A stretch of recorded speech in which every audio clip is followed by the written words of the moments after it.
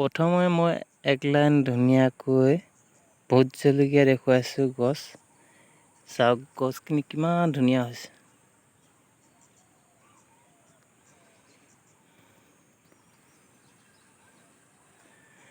ইয়াত 100 ওপৰত আছে।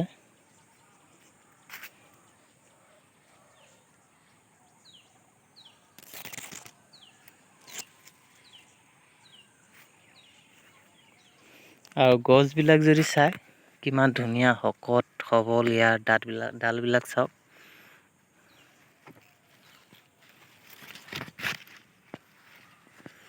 আৰু ফুল লাগিবলৈ আৰম্ভ কৰিছে, ফুলিছে, নিশ্চয় আৰু দুদিনৰ পিছত লাগিব।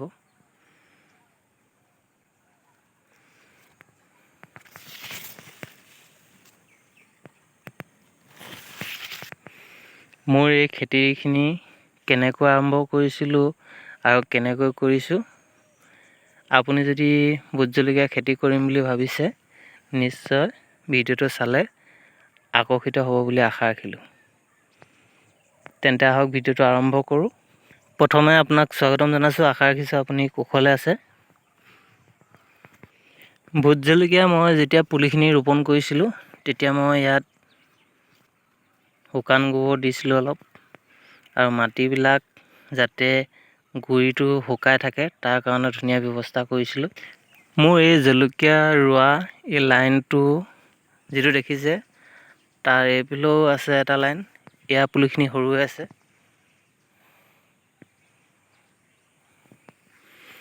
দুইটা পাৰে 2 লাইন এনেকৈ জলকীয়া ৰুইছোঁ। মাজত এটা ড্ৰেইন আছে, ইয়াত 1.5 ফুটমান দ হ'ব। প্ৰথমতে অলপ দেখুৱাই লৈছোঁ।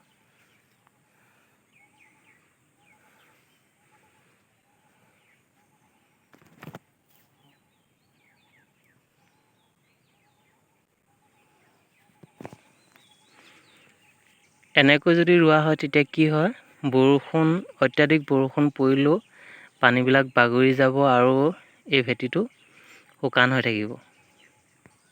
আমি সকলোৱে জানো ভোট জলকীয়া যদি গুৰিত অত্যাধিক পানী জমা হয় তেতিয়া জলকীয়া গছজোপা ভেঁকুৰ উঠি মৰি যায় আৰু শিপাবিলাক পচি যায়। সেইকাৰণে যদি আমি এনেকৈ ড্ৰেইন ৰাখোঁ, নিশ্চয় গুৰিটো এনেকৈ শুকান হৈ থাকিব, ফৰফৰীয়া হৈ থাকিব আৰু গছবিলাক এনেকৈ ধুনীয়া হৈ থাকিব। পুলিবিলাক চাওক, 5টা 6টা ডাল আছে ধুনীয়া ধুনীয়া।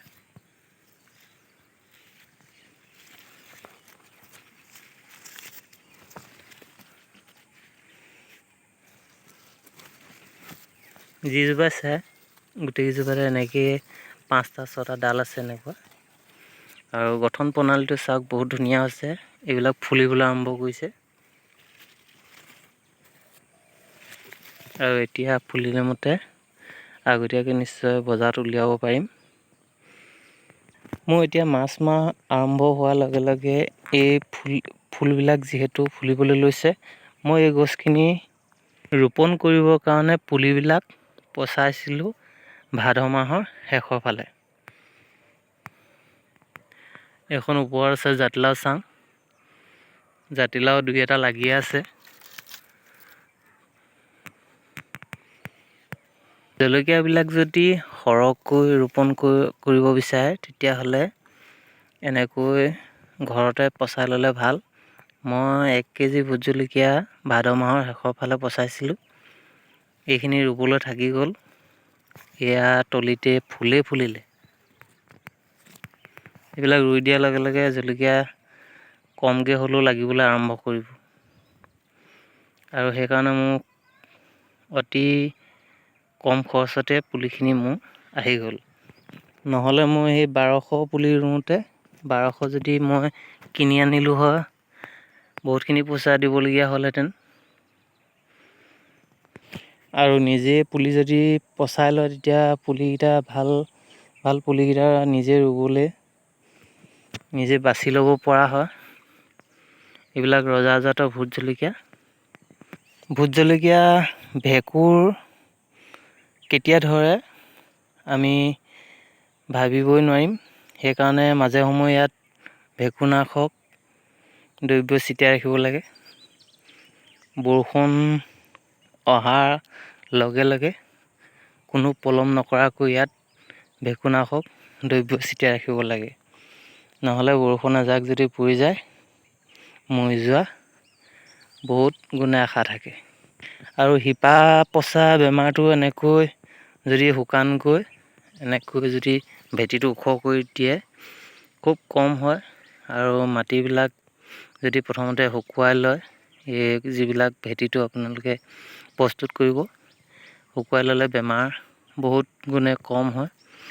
আৰু মই যিহেতু এইবিলাক ব্ৰইলাৰ গু দিছোঁ, ব্ৰইলাৰ গুবিলাক যদি আপুনি দিবলৈ ইচ্ছা কৰে, হাঁহ গু হওক, কুকুৰা গু হওক বা ছাগলী গু হওক, যি হয় খুব শুকুৱাব লাগে।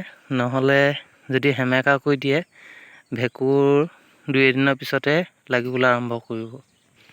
মোৰ এই গছখিনি দেখিয়ে ভিডিঅ' এটা বনাবলৈ মন গ'ল, সেইকাৰণে ভিডিঅ'টো বনাই দিলোঁ। আশা ৰাখিছোঁ ভিডিঅ'টোত যি কেইষাৰ কথা ক'লোঁ সেইকেইষাৰ চাগে আপুনি শুনি নিশ্চয় ভাল পালে।